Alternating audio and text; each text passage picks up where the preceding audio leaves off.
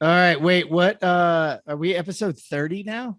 Yeah, this is 31. 31. Wait, crap, no, it is 30. It's 30. It's 30. 30. Hold on. One second. Okay. Why do we We all always have do access that? to the internet. We could all look it up. Welcome to episode whatever of the Construction DorkCast. In this episode, we bring in the Plexxis Patriot Chad Pearson to talk about building truth in the software sales process. Jeff does double duty as both host and guest as we talk about some of the shady and toxic sales tactics we're seeing in the industry and have some honest discussions on how we got there and how we can help nip them in the bud. We also point out that the blame isn't all on the vendor side. Be an informed buyer. We hope you enjoy and thank you for tuning in.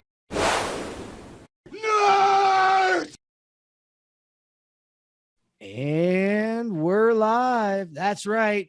DorkCast episode 30. The shady side of software. With our special guest, the Plexxis Patriot, Chad Pearson. And yours truly is going to give up the role of being a dork and get on the other side of the microphone for a night.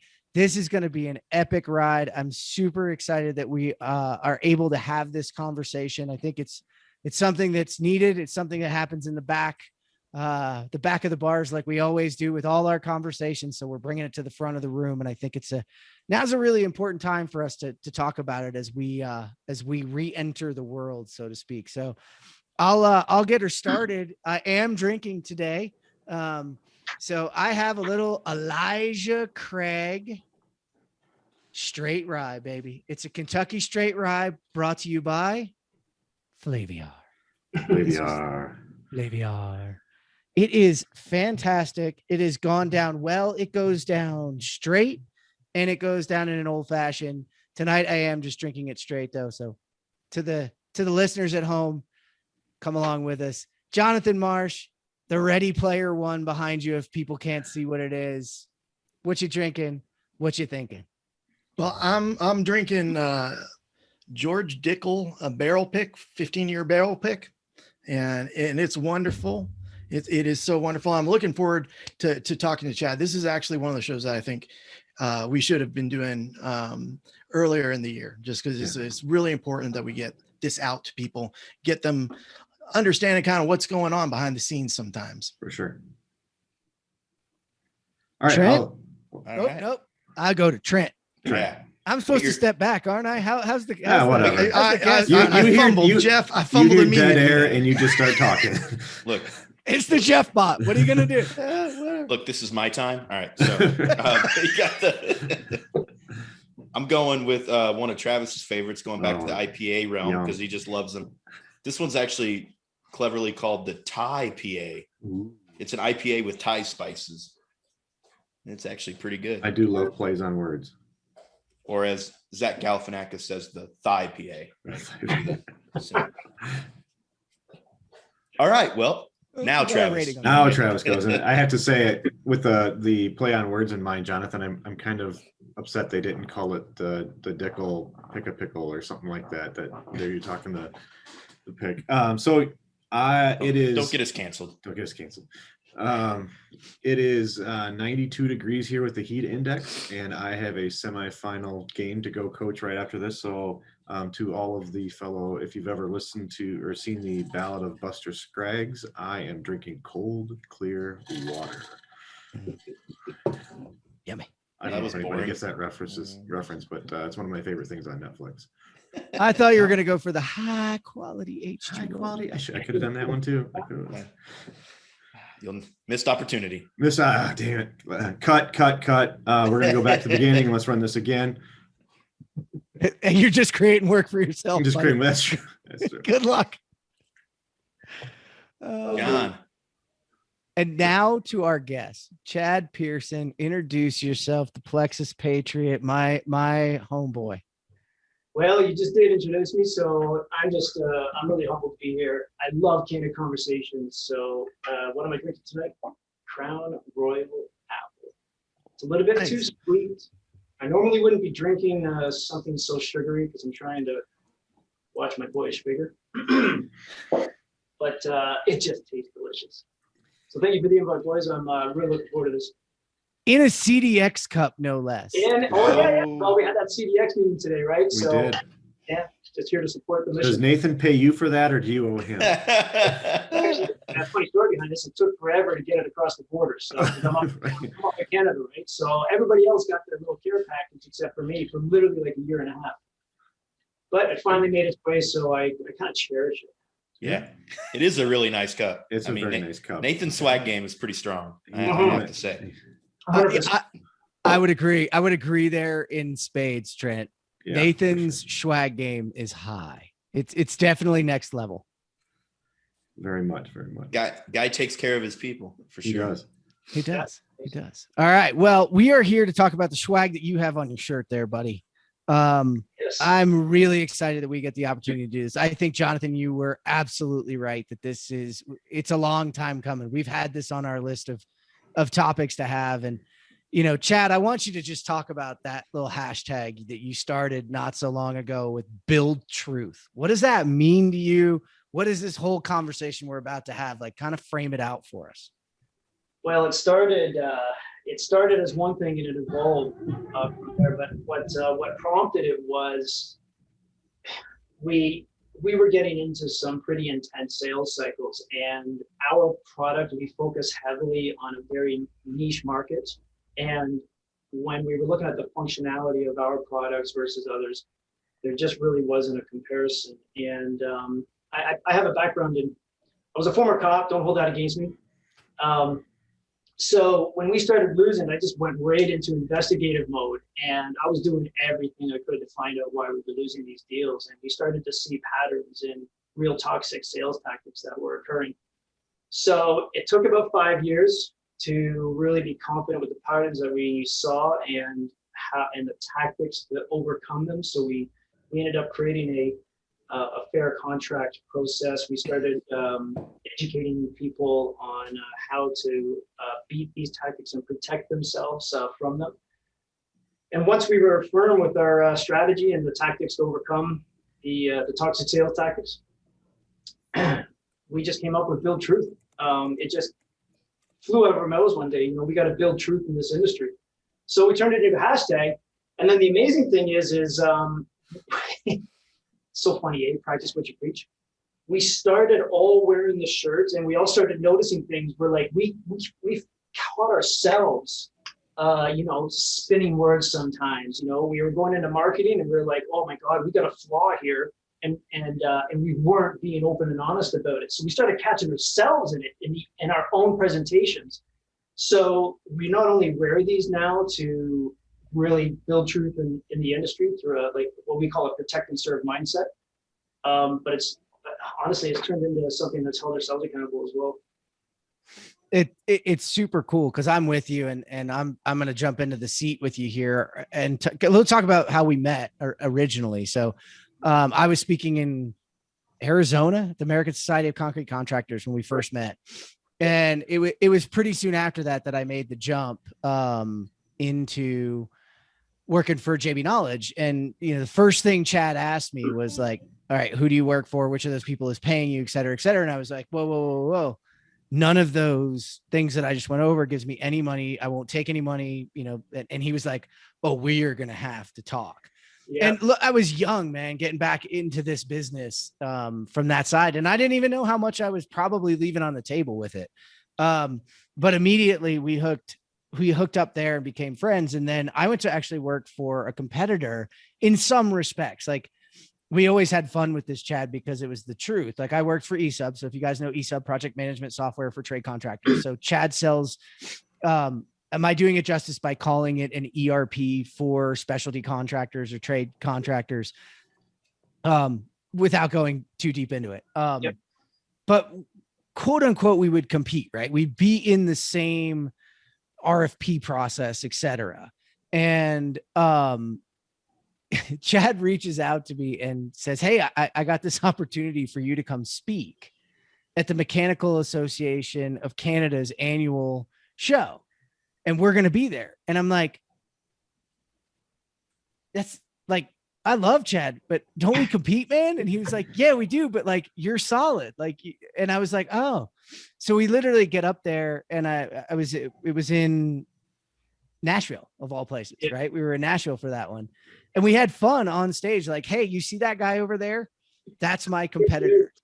And we talked about like the MMA, like there is nothing wrong with competition. And in fact, software vendors should be ready to like maybe go down to 4-ounce gloves. Let's not say take the gloves off, go down to 4. And I said, I want to get in the ring and fight Chad toe to toe. And it is my goal to choke his ass proverbially out. Yeah, right. And win. And it's his. It's his to knee me in the face on the way in for the takedown and knock me out, right? All within the bounds of the rules, though, right? And unfortunately, in the game we play, there is no rules, right? Yeah, like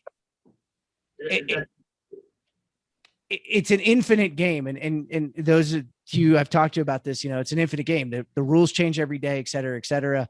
You never know what it's going to be. You might be on top of the world today, but the game's going to change tomorrow. That's why you continually innovate and change. But ultimately, you have to kind of play by a sense of ethics, right? Exactly. It's and really what Build True stands for is the fact that back when I was a police officer, you notice that wherever there's opportunity, right, you're going to find opportunists. You're going to find good people who are there serving the opportunity. But then you're going to find bad people that are literally there serving themselves at the expense of others. And it's all fine and dandy that, we're there involved in our mission, whatever technology you're selling in the industry. You've got your mission. That's great that you're serving the industry with it. But construction is just, the opportunity in construction is massive right now. So the market is being flooded with opportunists and these BS tactics. So it's not enough anymore to just serve the industry with your mission. You should feel an obligation to protect the industry from these harmful behaviors. So that's what we spent so much time identifying and coming up with tactics around it, right? So it really was kind of bringing the investigate, navigate, validate, navigate, and educate of the protect and serve mindset into the industry. And when I met you, when I first met you, the reason why I came up and I was kind of like, so you get into any compensation from those guys that you're promoting? And the reason why I was asking this question is because we just got screwed by a consultant. We had he was managing a peer group, and we found out later, it's like all of a sudden, all of these members of this peer group just disappeared off the table, and we couldn't understand why. So we had some really trusted contacts in that group. Then we found out that the deck, the report that he gave them was different than the report that he gave us. He's like, hey, this is the report, totally objective. We found out it was different. Then we found out that he went to the biggest player, created a spreadsheet that showed how we were going to be out of business within 5 years, because at the time we only focused on walls and ceilings.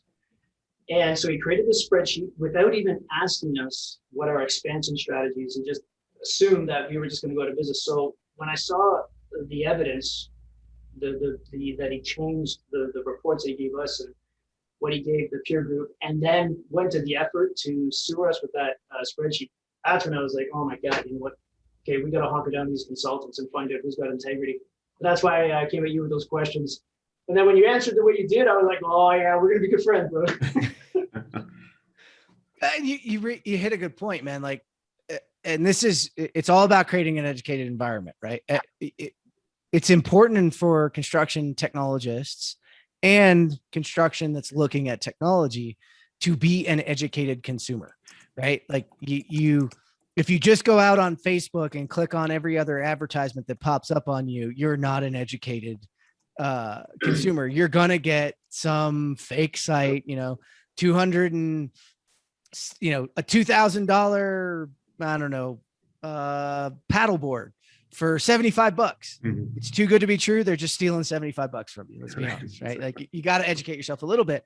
But I don't think a lot of people, especially in construction, understood that, Chad, that there was people getting paid to consult and to speak, to represent products for their own best interest. They were getting a cut. When they're leveraging their trusted reputation in the industry. Right. When they For the were record- acting as trusted advisors. For the record, the dorks are not paid yet. I mean, if anyone out there,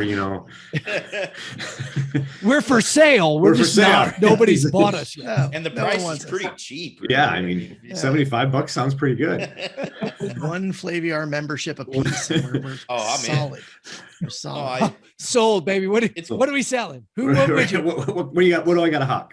it's a cool topic, guys. 'Cause I we're- wanted to jump in quick because I think that to piggyback off what Jeff was saying with the education piece. So part of what started our discussion among us on getting Chad on was your video about cloud cuffing. Yes. So I wanted to, Yeah. to take an opportunity here for you to kind of educate our listeners on cloud cuffing, and maybe that'll dovetail. And Jeff, you can jump in too on some of those other things that you're seeing in the sales process that we have to jump all over. Yeah, so we look at marketing, we actually call marketing mismarketing. So there's no such thing as marketing. There's mismarketing and education. And mismarketing only tells partial truth, and education tells the whole truth and nothing but the truth, right? So cloud cuffing, cloud cuffing often is when a software company will sell both like a hosted and software as a service package. And what they do is they get the customer hooked in. It's an open labor agreement. There's no cap on labor. In fact, it's an incomplete labor agreement. It's very vague. And once the customer signs on for the software, they're hooked. They're literally handcuffed into that agreement. But the problem is these software is extreme, implementations are as tough as $2 steaks, as I say, right? And when you have an open labor agreement, it's literally like sitting in a casino and letting the casino decide how long you're going to sit there and how much you're going to bet. And they hook you into the agreement. Then the implementation comes. It's challenging as hell. You were told there's only going to be X amount, and the pattern that we saw, it resulted in between 200 and 400% in excessive overages. So they do that on purpose. Now, we came up with terms that you should include in your contract to protect you from cloud cuffing. And it started out as just a clause in the contract that deferred any payments on the software until the software was live. So instead of a normal cloud cuffing contract that would put full onus on the customer to get the software live, even though the sales reps said, hey, it's no problem, we'll get you live, we do it over time, it's really easy, it's a data import and churning, boom, you're done. So even though they'll mislead customers into thinking that it's easier than what it actually is, they'll get locked in, then they realize if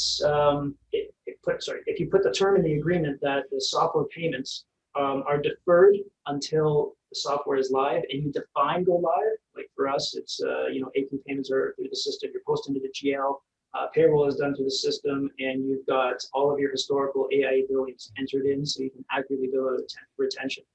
We define go live, you hit go live, then the software payments can are in play. So that puts the onus on the provider who's saying they can implement, puts the onus on them to make sure you implement. That was the first term that we had, and we thought we had customers protected. But then when customers, we ran into some customers who were trying to switch from their software provider, and the software provider forced them into another 3-year contract because they said they would deny them access, so they didn't have access to the data that they owned for the implementation process, thus enabling them to switch to different software. So they were cuffing them to their data through the terms in their contract. So get this, we're like, okay, well, negotiate, add in your contract to negotiate a lifetime license in the agreement to make sure you had access to all of your data that you own. And then what happened, we ran into another customer who did have that in their terms.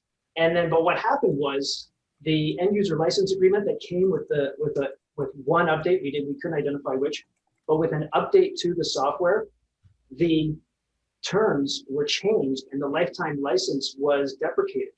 So they still nailed it. So now in our terms, you put the software fees are deferred.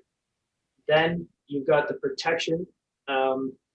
You've got the protection with the lifetime license, and you've got to add in a third clause to say that with any updates to the end user license the end user license agreement or the software, that the lifetime license is grandfathered into future versions. Like, it was nuts to see the evolution of the toxic tactic against the terms that we were creating to prevent or protect people from cloud cover. Chad, I gotta say, one of the things when Jeff put me onto your site that I thought that amazed me was, I don't know that I've ever negotiated or changed the contract with a software provider. Mm-hmm. I don't know that enters my mind too awful much. And since I've been watching what you're doing, I'm like, okay, we have to set a line, and we just finished a show on data. And one of the biggest things we highlighted was how valuable data is becoming. Data is becoming the coin of the realm for a whole new set of software. So if I think one of the things that I learned from you and Jeff, I give you credit too, is we have to find ways to protect our software. And what I saw at Build Truth was just, wow, here's somebody who's actually like, I'm going to write them out for you. Here's what you need to do.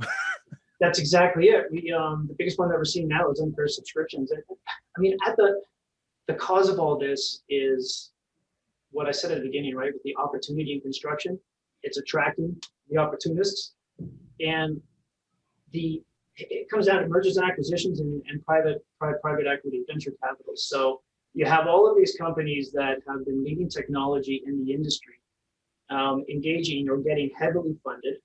I mean, some funding's okay, but heavily funded. Anyone can go on crunchbase.com and see the level of funding that each company has. And there's two things that you should take a look at: the amount of funding, number of investors. So that's one thing. And then the second thing, the amount of funding, and then the number of investors, and then the number of acquisitions. And that's because the amount of funding is going to give you an indication of how much risk of price increases you're going to experience over the next few years. Because as much as these companies will say they're people first, or they put people at the center of their business model, what they're not saying, that's only a partial truth, what they're not saying is that those people are the shareholders. So it's very shareholder centric, and there's only one place that money can be recouped for investors, and that's customers.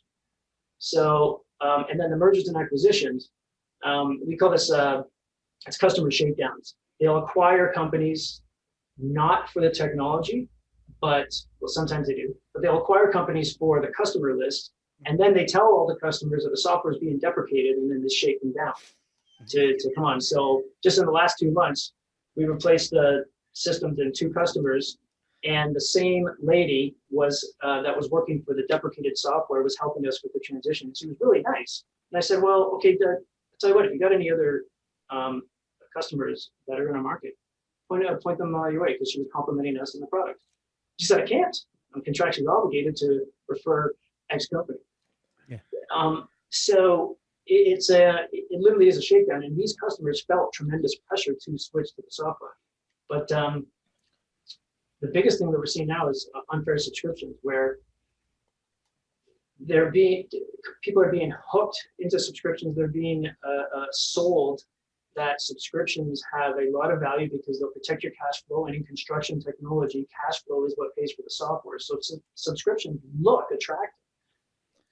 The problem is they are ignoring the fact that it's a very laborious implementation, and subscriptions make sense for Netflix, instant value products like Netflix, magazines, Amazon. But in construction, the complex software implementations are extremely laborious. Like if you had to prepare the Amazon warehouse, if you had to create the movies on Netflix, if you had to write the articles in the magazines, you would not pay the subscription. So the same terms apply, right? Okay, you want to give me a subscription to protect my cash flow? Awesome. Subscriptions don't start until I'm live. Let's define go live. I'm ready to go. I love the deal. It's that simple. You hit a couple of great ones there, and I'm going to be the antithesis of this, right? Because I work for and have been working for currently a pretty SaaS-based software that the subscriptions were supposed to actually improve the service. They were like tips, right? It was like, well, a subscription service means you can leave me at any given moment and you own your own data. This is if we are unscrupulous and we have scruples and we're doing this correctly. Like, you own your data, you own that information, you can leave at any time or perpetually have access for some shared nominal amount that's less than you could store it on your own darn servers yourselves, right? So, but it's having scruples, and it's understanding that, like, the whole idea behind SaaS software was so that you could cut and run, right? That we would always have to maintain your satisfaction, maintain you as the center of our universe. And so these are two very different worlds. Like, the world I'm in is more of a pre-construction. We're more of, I wouldn't call us a Netflix, but I would say we're faster time to value than most. You're an ERP solution. Like, that's the heart. You're a heart transplant. I'm just giving you a new arm. You know, it's not simple, you know, it's not nothing. It's not insignificant, but it's not a heart transplant, right? I'm giving you a new arm. We're going to make this thing work. It's a new appendage. It's going to be those things. And we're supposed to be utilizing our subscription as a way for us to continually provide more service and provide more value over time. But we saw the same thing. And I saw the same thing, Chad, in the contracts and in the way people were being treated, that they were being bamboozled into it. And so there's like this balance too, that you have to look at. Like, time to value is something I just wrote about recently, and I'm super into it because I think time to value in ERP is long, but you're not cashing out as a company, right? You're not taking and counting your money until you're implemented. That's when value has hit, right? When you're live on all those things you said, value is coming in. And I think we should see rapid value, and we don't see that nearly enough. That's exactly it. It is about rapid value. So ROI, or the value in a subscription product, should come within around 6 months. On an ERP, around 18 months. That's kind of what, you know, we see as something that is advantageous to both parties. And I'll use the word fair. So with a subscription product, there are immense benefits to subscription products, and we even have it in our own product line. But we do have that labor period, the onboarding period, where there isn't a subscription fee. In some cases, we'll have a very nominal hosting fee, but the subscription fee doesn't come into play until they're starting to see that 6-month value.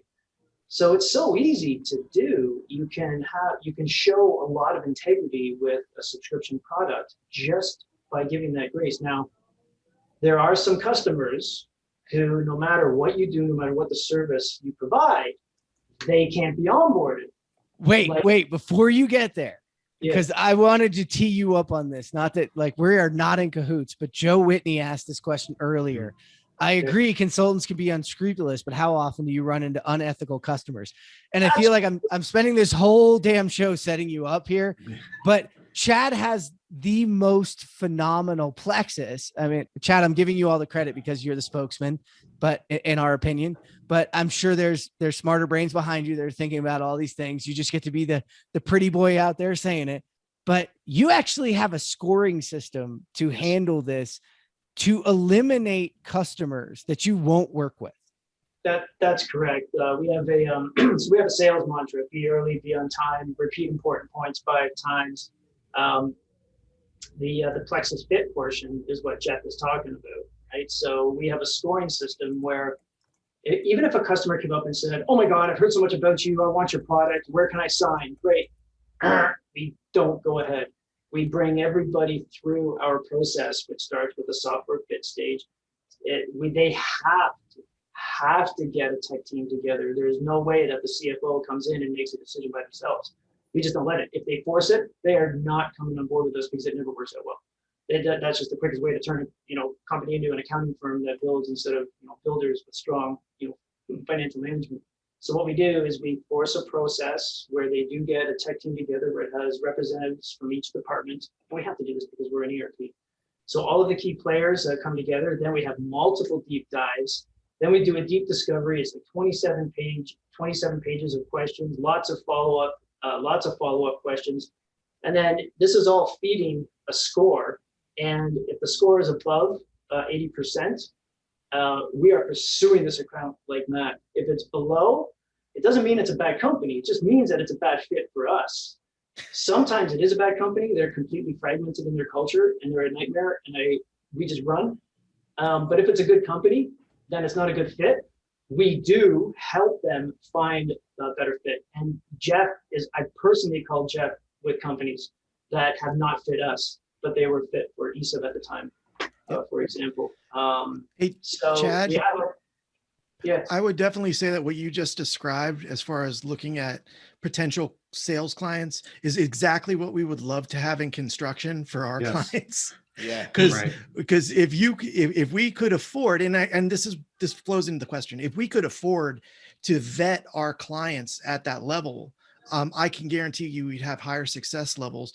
For those software people that are out there, what kind of, and I'm asking you about Plexxis this time, which we usually don't ask about a product, but what kind of investment are you making in your clients when you're doing that? Because that's risky as hell to say, I am going to look at my clients at that level. And because this is a show for contractors, I would very much say, I think there's an upside for us as contractors looking at our clients, but give us an idea of what is Plexxis's investment in just looking at the client before we even move in?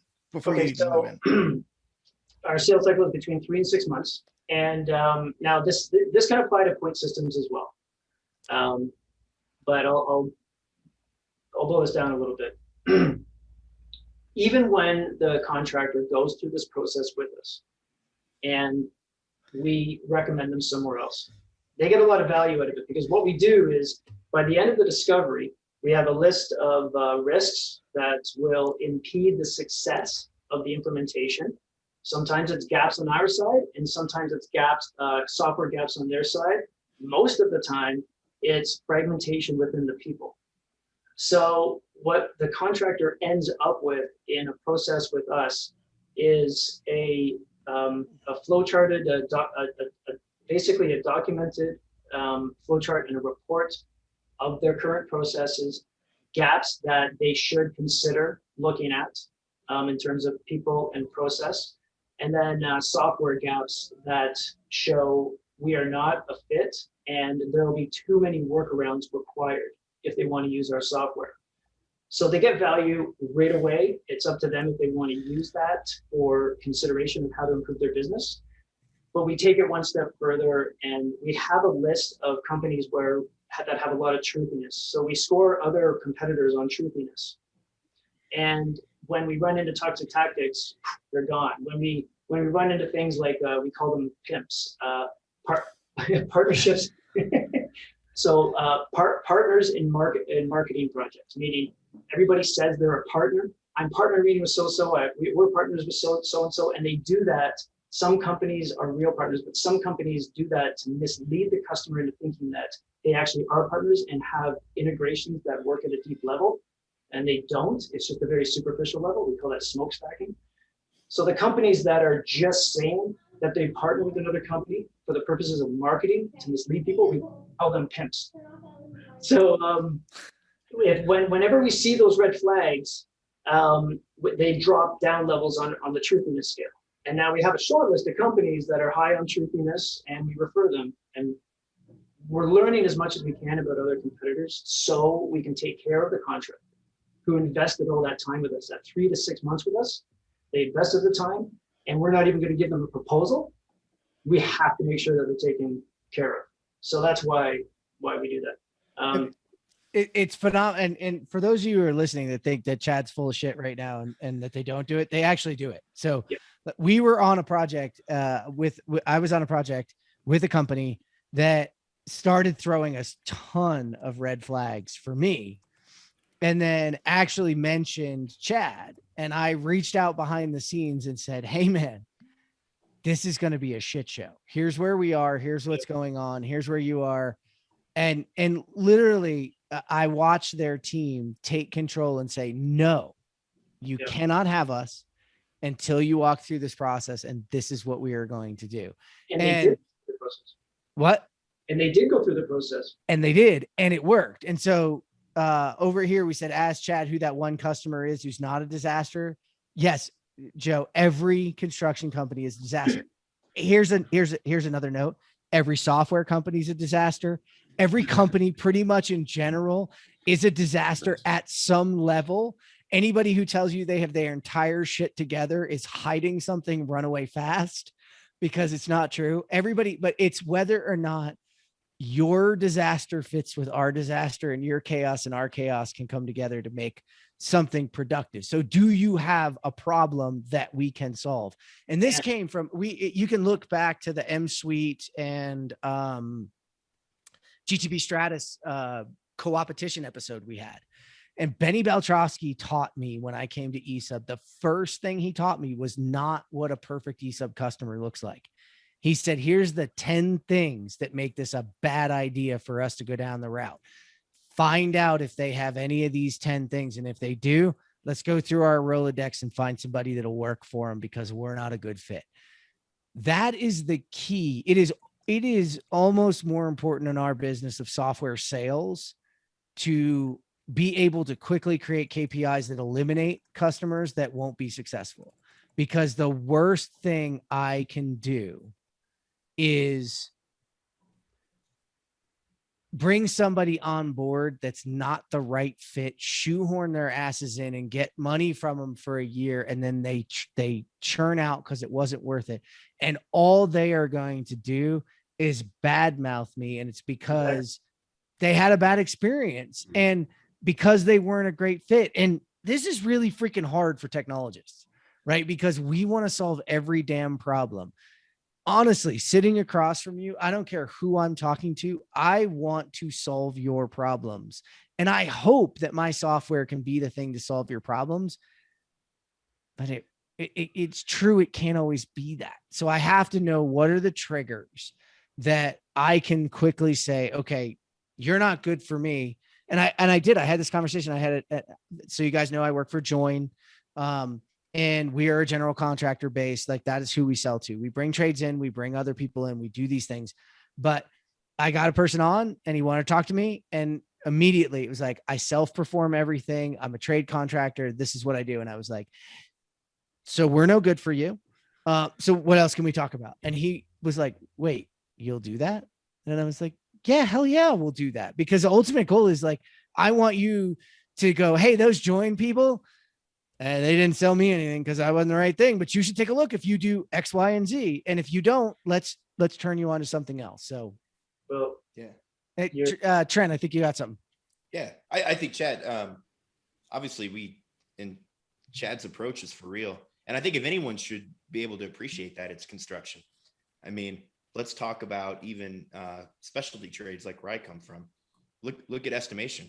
I mean, how much money and resources do you put into something that already has a pretty sufferable hit rate, right? So if everybody who had a toilet in their house called me and said, hey, do you want this job? And I pursued it, that would not be a very good method to profit for something that we do, right? I mean, you have to be able to tell those people, that's not really our specialty, right? I mean, so I think, especially for people in construction, what you're saying should make complete sense to them.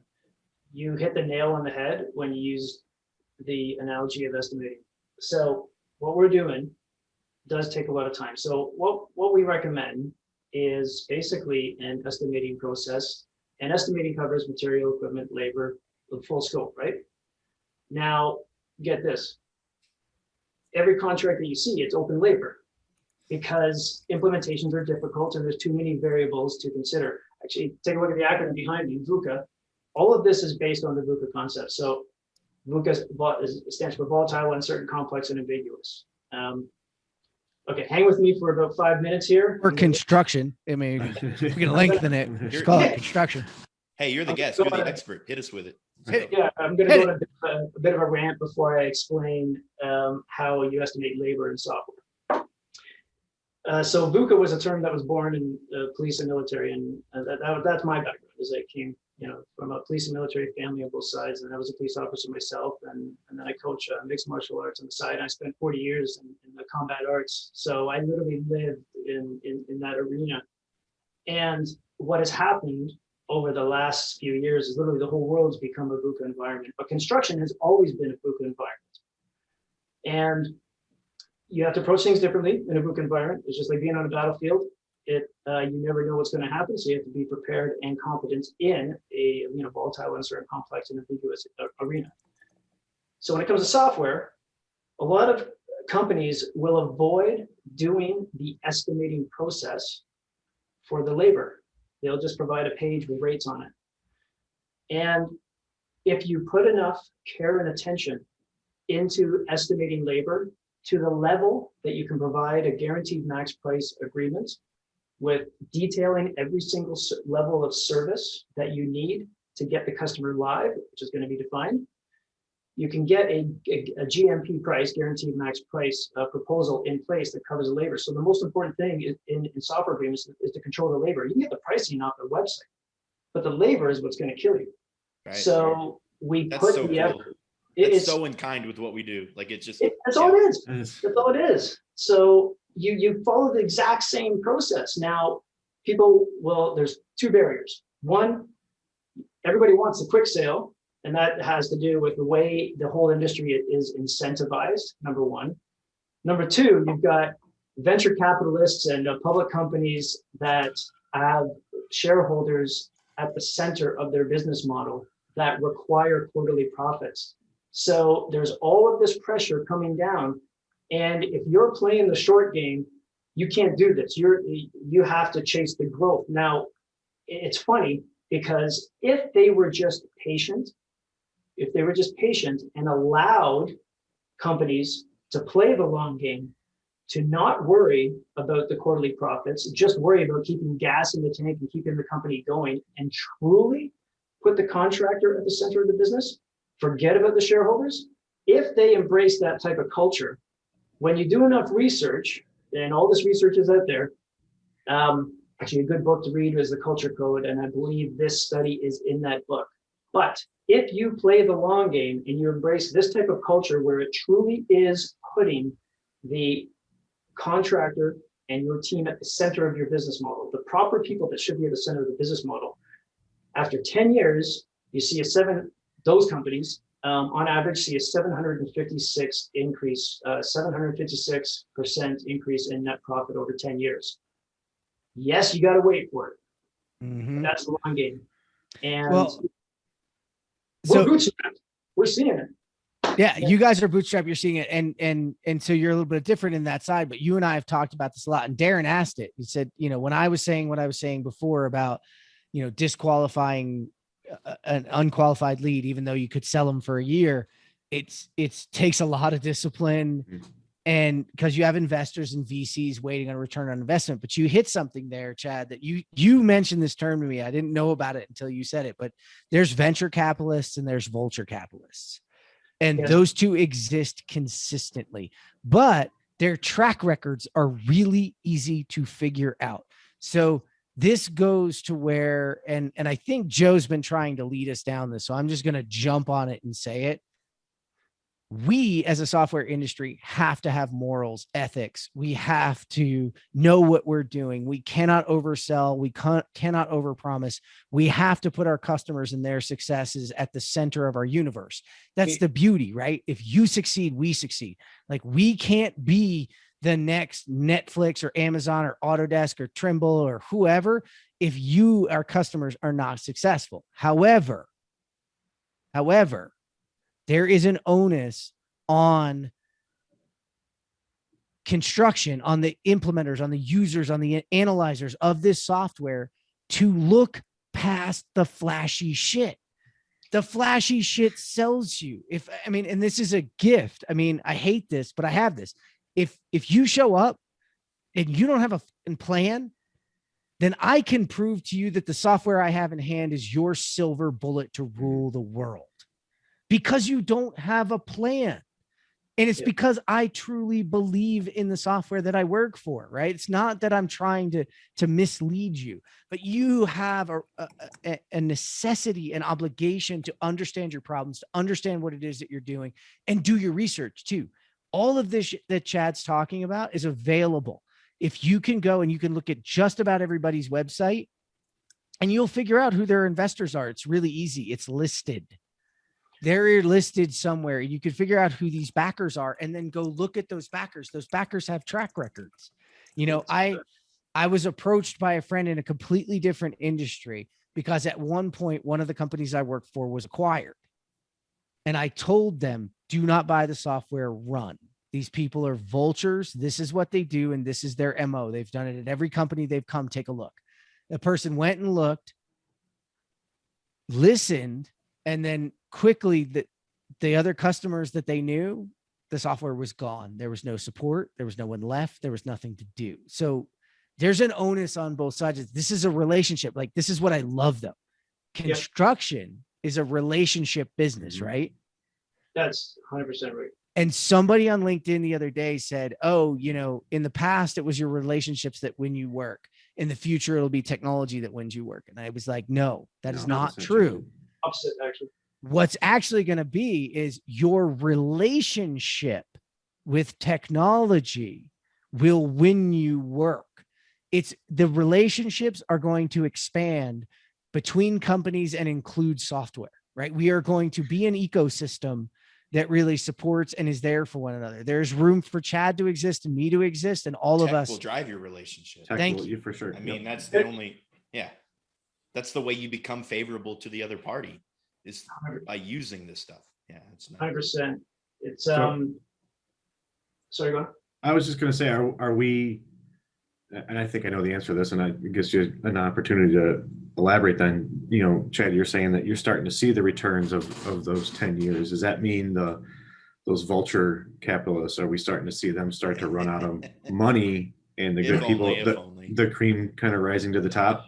So what we're seeing is, so I call it, it's a toxic hype cycle with marketing. So we all market. Marketing is a partial truth, but the onus is on the software provider to, when you get into the sales cycle, to disclose the whole truth, right? And now with investors, some of them are excellent. So full disclosure, some investments are great, as some companies do need that kickstart. You know, I met Alice at Brick and Mortar Ventures. Like it seems like they're doing it right with their acquisitions, because they're not taking control of companies. They're letting companies in the vertical that they're doing acquisitions in, and they're letting them organically grow as if they're bootstrapped, and they just kickstarted it. So I like seeing that. But what Jeff referred to as the vulture investing, the actual term is called leverage buyouts. And so when you start seeing leverage buyouts, like, get this. They will look at a company, and they will take over that company. I call it toxic takeover. The leverage buyout is just a nice way of saying it's a toxic takeover. If it's let's say they're investing $10 million into this $1 million company, they will actually go get a high risk loan from a bank for $9 million, and they will take $1 million of their own cash and give the company $10 million. What they do is they take that entire debt, that $9 million debt, and they put it on the books of the company that they bought. Then they keep their own separate books, and they take all the profit each year and put it on their books, and they don't show any of the debt. And they're using their books to show returns over about 3 years. All they need is about 3 years of returns, and then it doesn't matter what happens to the company. So it's like getting a loan for a Ferrari, giving your friend the debt, and then you driving the Ferrari the whole time, right? So that's what these leverage buyouts are, and they're becoming more popular. And the owners of the companies that are getting bought think that they're getting this kickstart. 4 years goes by, and it starts to implode. And the only people that get hurt are the customers and the employees. So that's the toxic level of investing that puts a tremendous amount of pressure on people. And you can even see good people start to resort to bad tactics. And that's what's really disheartening when you start to see that. So we have, we used in police, we have decentralized control, police in the military, and that's what we use in our own organization to make sure that everybody's on the same page. Decentralized control forces people to ask 3 questions, just so you're not micromanaging. What I'm about to do, is it legal and is it ethical? We all know that legal doesn't mean it's right. So is it legal and is it ethical? Is it aligned with my leader's intent? So we have the mission statement, core values, and we have our mantra keywords and the highly defined leader's intent. The third question, am I willing to be accountable for this action? So everybody at Plexxis knows those. So that way we have all of these autonomous people that are all following along the mission, but they're always asking these 3 questions in if they are going to act independently. And that's how we keep people aligned. And if shit hits the fan, we find an unethical behavior, they're instantly gone. There is no second chances because of the decentralized control model was in place. And that's how we keep our team performing at such a high level. So when you put all of this together, it's I know people can get desperate at times for the sale because of the pressure, but if you just push marketing aside and you focus on getting the right customers, doing the right due diligence on both sides to make sure that it's a proper fit, properly estimating what the labor is going to be. So if you invest that time at the onset and the front end, you just end up having customers that, they scream your name from the hilltop. We don't invest in the marketing. Anyway. The parallels to the construction estimating sales processes I've often said when we're talking about data analytics, we do the same thing with bid volume. We force bid volume down our estimators' throats, but what if we just focused on the 60% of the work that we're really, really good at? Correct. And made more money with less revenue. Well, and that's up front. So Darren said it somewhere in there. It's really, really hard. Or I think it was Joe, one of these great people listening in with us today is giving us great info. Is it is really hard if you're in the sales model and you're feeding your family, right? And it does have a lot to do with your ability to sell. But that's where Benny helped me get up front and have really good qualification and disqualification conversations really, really early and really get that out. Why? Because if you're doing that in your sales process early enough, and again, Chad and I are very different in the softwares in which we represent, right? Ours is a very fast time to value. You think about fast time to values like photo documentation. You don't need to go through an entire ERP rollout to get your photos up and running in a place that makes sense, that organizes themselves a smart vid, so to speak, or somebody like that. The open space, construction site, these are more focused solutions that work in particular areas. Join is the same kind of thing. So for us, it's about helping and learning and creating that we call them sales development resources, SDRs, that are getting you on the phone, that are figuring out really, really fast. Are you a fit or not a fit? And if you're not a fit, that's great. Mm-hmm. Stay where you are and we'll move you on and move you into the sales cycle and go and partner with you and really, really figure out early on what success looks like, what failure looks like, and what the right fit is, and then move for it. Right. It's a lot of you don't know all of your problems, and there's a ton of us out there talking to you.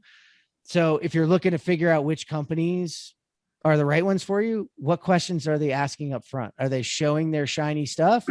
Or are they asking you questions about your business first? Are they asking you about your problems?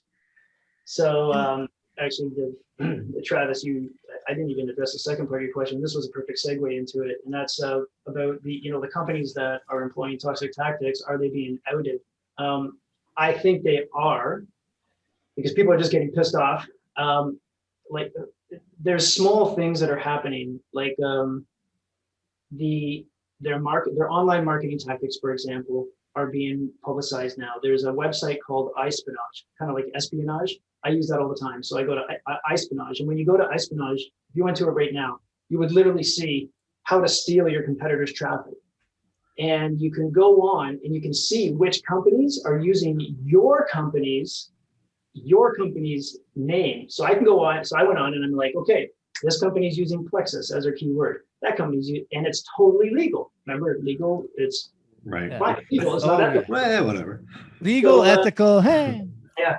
So go to iSpionage.com right now. Go to iSpionage.com right now, and you can see it. It's awesome. So you get this insight into who's employing these toxic tactics, right? who's trying to capitalize off your name. And we caught on to this because people were calling us saying, I got pulled into this website and I thought I was talking to you, but I was talking to another company. And next thing I know, I was looking for a demo for Plexxis, but I got 5 companies calling me now. And then when that happened 3 times, I'm like, something's going on here. So that's when we started investigating and we ran into espionage.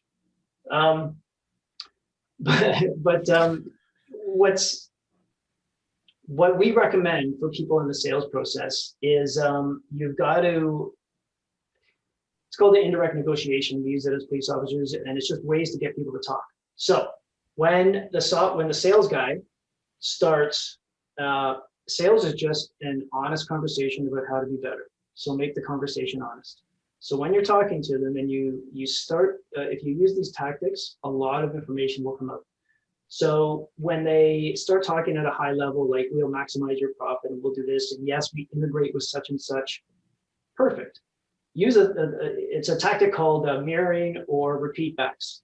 You just take the last 2, 3, 4 words that they said, you integrate with so-and-so, it shows that you're listening.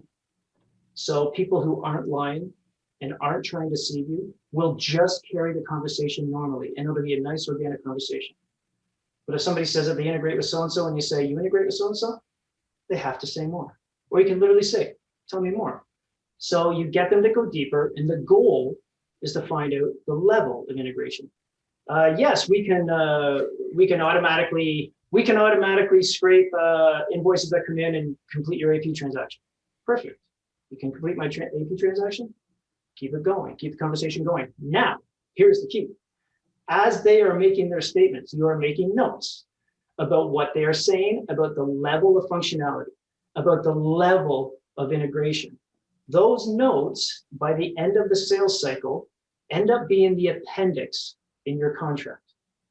On this date, we had a description of this level of integration.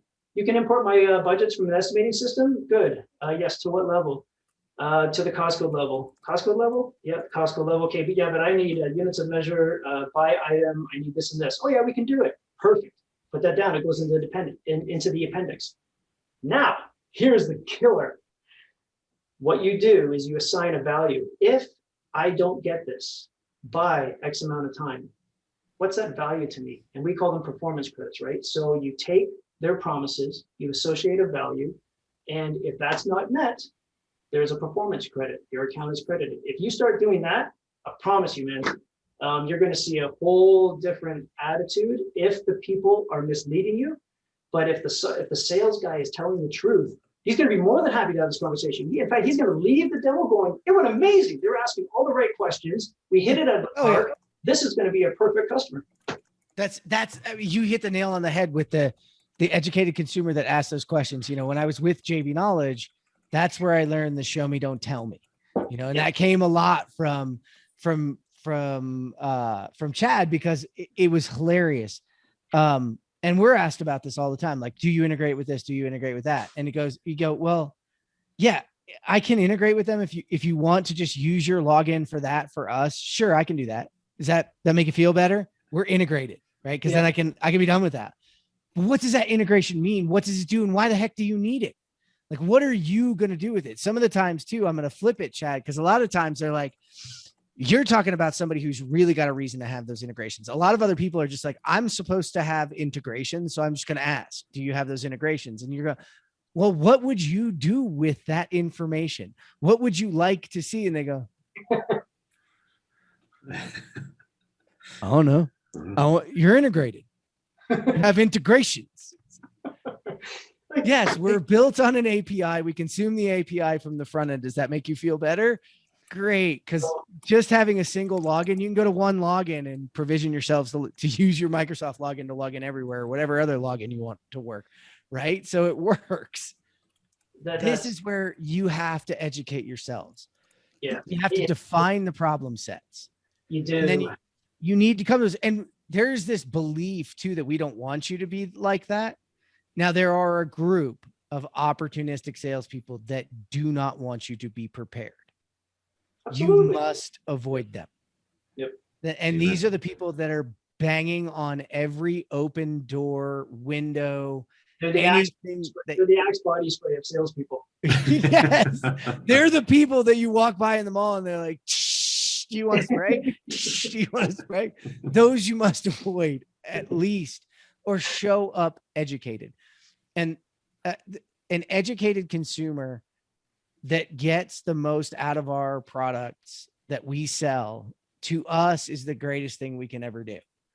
Right. 100%. Because for the longest time, then we've got a relationship that can allow us to grow and build and consistently provide value back to the organization. That's truly when a company's not just monetarily driven, when they're driven by the successes of their customers, those that we want to stand at the top and just talk about all the things that you do. But we need all of you listening, and Darren, I know you're listening in and you're great at this. It's one of the worst people that you ever want to sit across from. There's like 3 people I do not want to sit across from and sell software to, unless I have a software that works for them, is Darren Young, Matt Lamb, if you've ever met Matt Lamb, and the king of all kings, Sam LaMonica. Sam's the biggest teddy bear on the planet. When you're working with them with the AGC and other places, you sit across from him and try and sell him software and he will tear through you. But it's people like that who get it, who understand when to flip that switch and be educated. And we need this. I was going to say, there's a lot of people who don't feel educated, and I want to give them comfort. Picture a police officer doing an interrogation, right? I'm sitting in an interrogation room and I'm talking to somebody who has committed an offense in some sort of industry, like a white collar crime that I have no knowledge of. No knowledge. I'm not an expert. That's where just knowing the right questions to ask and to get reactions and get the person talking will help you, because it's not about what they say. It's about what you see right in front of you and how they're acting. So you don't necessarily have to be an expert.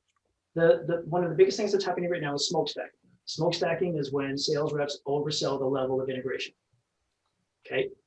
90% of contractors out there don't understand technology and integration. They just hear the word integration and they think, great. But if you're aware of smokestacking, like the Construction Focus Coalition is dedicated to bringing the industry together in a common data exchange, and they are not there yet. It just doesn't exist because it's a VUCA environment. Everybody speaks with so many different perspectives and languages. So smokestacking is rampant. You don't have to understand technology. You just have to get the person talking and get them into a deeper level of detail. So the mirroring is great. Yes, we integrate with so-and-so. You integrate with so-and-so? Okay, boom, say more. Just start talking and get them to say more. What levels? You know your business. So the contractors out there that aren't experts, you know your business. You know your cost structure. You know your activity structure. You know all those. So ask questions about the integration in relation to what you do know. And if you get enough details, you will start to see the signs of deception in the person's face. That's what you need to look for if you're not an expert. Jonathan? Hey, I think you guys really did a great job of talking about the first part of sales. And I almost feel like we should have a follow-up episode to talk about sort of the other side of the bow tie. Like, you've bought this and you've watched these people come into your business and spend $15,000 to $20,000 implementing, and your bill, you looked at it and you said it's $5,000. I'm a little worried that rather than churning out, they're looking at getting negative churn, which means getting a person to buy more stuff once they're hooked.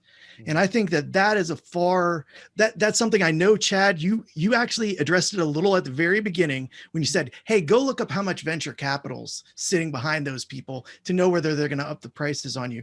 But I'd be interested, Chad, what are some of the warning signs that second half of the ecosystem of owning software is going to happen where, hey, you bought it, they're wonderful, they're saving the world.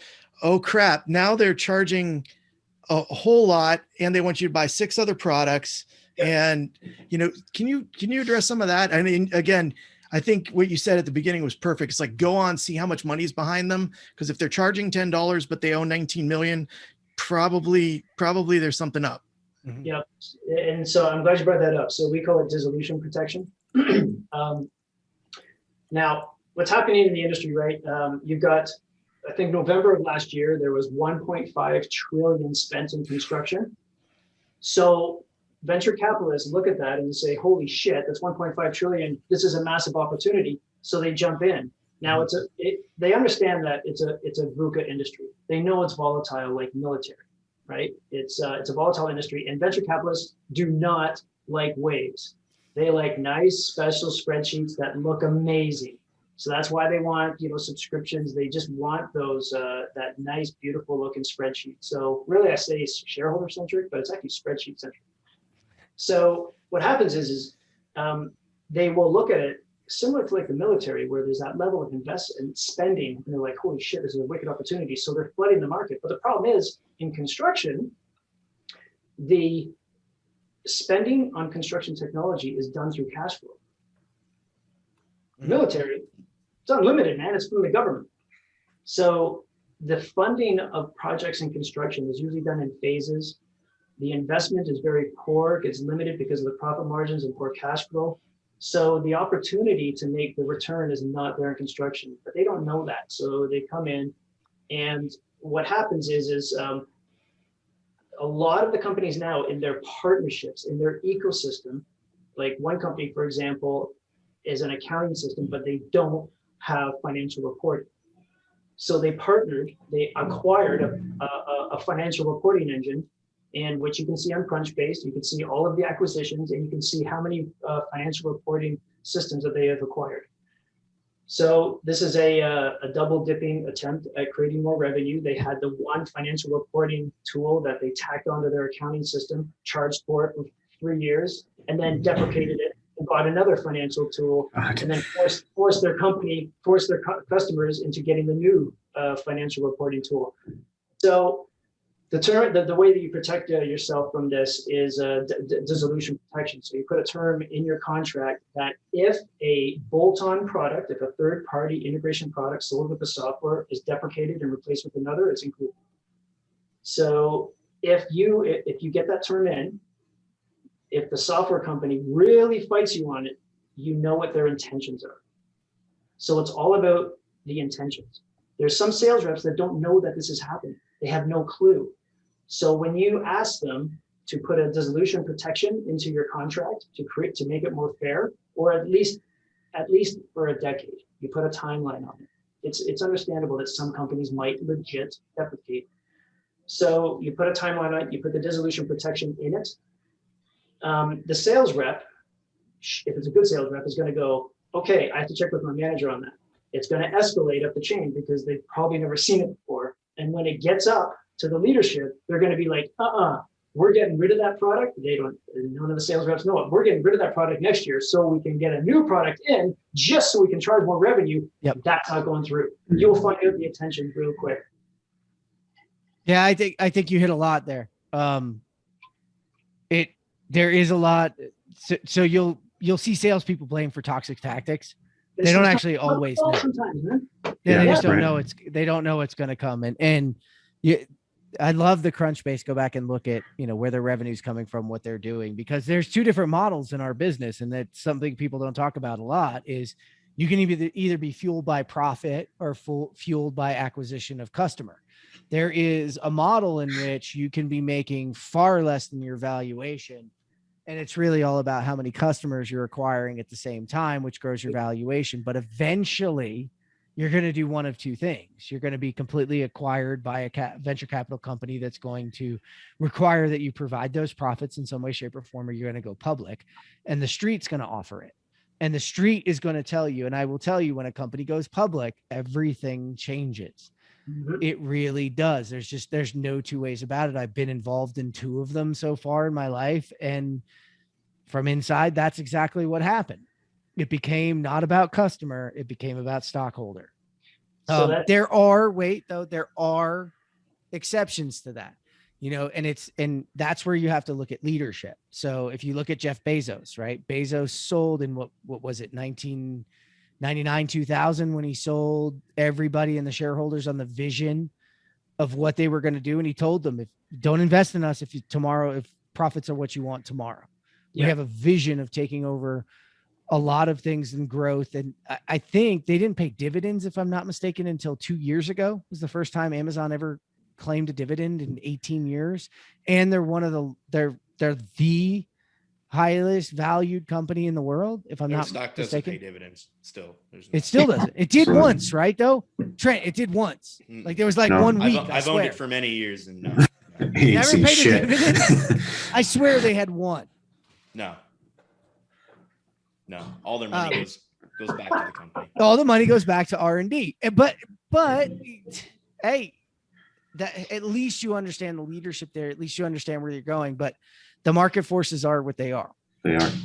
That's why when you went to join, actually, this is a perfect example, Jeff, because when you went to join, so we look on Crunchbase, you could see that I believe it was a $4 million cash injection. And when I was talking to you, the first two things that you were talking about was their awesome culture and their investment into where you guys were going, and you were describing the future roadmap.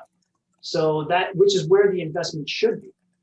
Now, if the investment is into Google AdWords and lead generation services, it's going to tell you. And after cash injection after cash injection after cash injection, there's nothing but sales and nothing in development, nothing into the investment of the people and the culture. You kind of know what side they're on, Right. with the level of toxicity. Well, and you hit it. There's a lot of great investors in our industry too. I mean, you were talking about we had Alice on from Brick and Mortar Ventures before. We had her on a show. Building Ventures and the team there is a fantastic group. There are fantastic investors that believe in the long-term success of the industry. So, but I know we got to wrap it up. We kind of got a hard stop, which is rare for us, but we do today. I kind of want to see if any of the dorks have a final question for Chad or I that, just didn't get answered yet. I have one that I think could be pretty quick. So Chad, we learned from you on tactics and, how do you approach stuff like this? And I think there's a lot of contacts like us out there that are getting pretty good at studying software and solutions on our own. So I think a lot of us are pretty good at coming to those preperceived notions of what we call best in breed software. Mm-hmm. So I'm curious to you, and maybe there is no real strategy to it, but what's a good strategy for a guy out there who kind of already knows that the solution he's talking to a salesman about is what he wants, but the salesman isn't giving him what he wants? I guess, maybe that guy's not, he's not hitting price points that we know we can get due to our peers in our network. I mean, a lot of us are very close. So maybe I'm dealing with a shady guy with a not so shady product. Mm-hmm. So what's a strategy for someone in those shoes? Say more. So you get them to say more. Now, when it comes to getting something, you got to give something, right? So there's two things. Get them to continue to say more. So if you break down the software features, look at the workflows, and get them to keep on going with the workflows so you can investigate the software and everything that it offers with the features until you find some gaps between remember, he wants the sale. So find the gaps that exist between your workflows and the software, and you exchange those gaps for a lower price if you need to fit a budget. If for some reason it's a real simple software, a real simple point system, and you can't get to that, then it's about exchanging something. So it's a give and get. So promise that upon onboarding of the software and a execution of a certain level of performance, that you will deliver a certain number of prospects. The most valuable marketing, right, is word of mouth. That mismarketing is out there, but peers are the biggest trusted source. So if you can contribute to the word of mouth marketing, that is invaluable to salespeople. So find the gaps, exchange for cost, or contribute to word of marketing and help the sales guy be a king. There's no better salesperson than a customer, to be honest. Exactly. That's the one thing that I think we all got to hang our hats on is that, that's the best way for us to sell. I much rather get customer testimonials, customers talking about the software and how it's improved their lives and what they can do and how they can do it better. I mean, that's just truly the best way to do things. I know we're wrapping it up. Chad, any final thoughts to folks headed out, the future, what we're up to, what you want to send them out thinking as they leave the show? My biggest piece of advice would be if you're planning on investing a certain amount of time into the sales cycle, double it. That's it. Double it and talk more. That'd be my biggest advice. It's the good salespeople that are honest and that are there to truly serve you. They're going to love it. It's going to be an honest, authentic conversation on how to be better. It's that simple. The people that want to push you into something that doesn't necessarily fit your purposes, they're going to want to rush you. So just slow it down. Chad, you've given a bunch of advice and a bunch of sort of resources. Where should we go to like find those web links and find more about like the little contract adders and everything else? Where can we find you, Chad? We want to talk about this man, more. if you ask this question in 2 months, it'd be a whole different story. So right now, I guess my YouTube channel, the Plexxis Patriot YouTube channel would be the place to go now. However, in October, I teach a course, a 7-week course on elite performance during chaos and critical stress. And all of these tactics are in that course. It's 20 episodes, and they're all just, short little, like 12 to 15-minute episodes in 4 different chapters that handle the what basically brain anatomy, because this all has to do with the performance of the brain. Training, during action and after action tactics, and you will see a lot of really cool shit in that course. So I'm going to have that out probably October. It's going to be the first time that I've recorded it. We do it as part of training here at Plexxis. This is going to be the first time that we've recorded it. So we're going to make it public. Cool, man. Ping us when you do that and we'll make sure it gets out there. We will definitely make sure that gets out there. That sounds sick. Awesome. Sounds very worthwhile. Make sure you share that for sure. And on my final thoughts, letting people go too is Chad, you've covered this from like 9 different angles, but it's pretty simple to understand that you have to look at someone's motivations to learn what they're truly there at the table. So each side has to do their homework, has to understand what good customers are. If you're listening and you're in sales and you're on the software side, realize there is such thing as a bad customer, a customer that won't work out for you. I didn't realize that until Chad and I had a long discussion a while ago about that point system that they had created, in which it doesn't mean they won't bring them on, but if they're over that 80%, then they're just going to bring them in and they're willing to continue down the road. If they're below that, they're going to work on the leadership. Is the leadership bought in? Is this really something that's going to get traction? Are they really going to be successful? So boil it down on both sides and look for their motivations. The motivations will pretty much tell you honestly where they're from. But I also wanted to use this show personally. So I'm going to come out and just say it personally, that I think we are at a moment in construction technology when the providers have an opportunity to be like Plexxis and like Join and be different from the rest that have come before us. There are many that have come before us and done really, really well, but there are far too many that have come before us that we are tripping over your trash constantly. I cannot tell you how many times I have sat across from a customer who's still sitting on a 5-10-year-old wound of buying something that just wasn't worth it. It was oversold. It was under implemented and it never delivered on those promises. Realize that we as software companies and you as consumers have an opportunity to raise that bar and push those people out. The best way to push them out is you do it with your wallet and your choices. You choose companies who do have the time. Plexxis could have tried to grow far faster, far longer, and they haven't. They've stuck true. We here at Join are doing the same thing. We will stay true to our who we are and what we're doing. And I won't work for anybody that doesn't do that.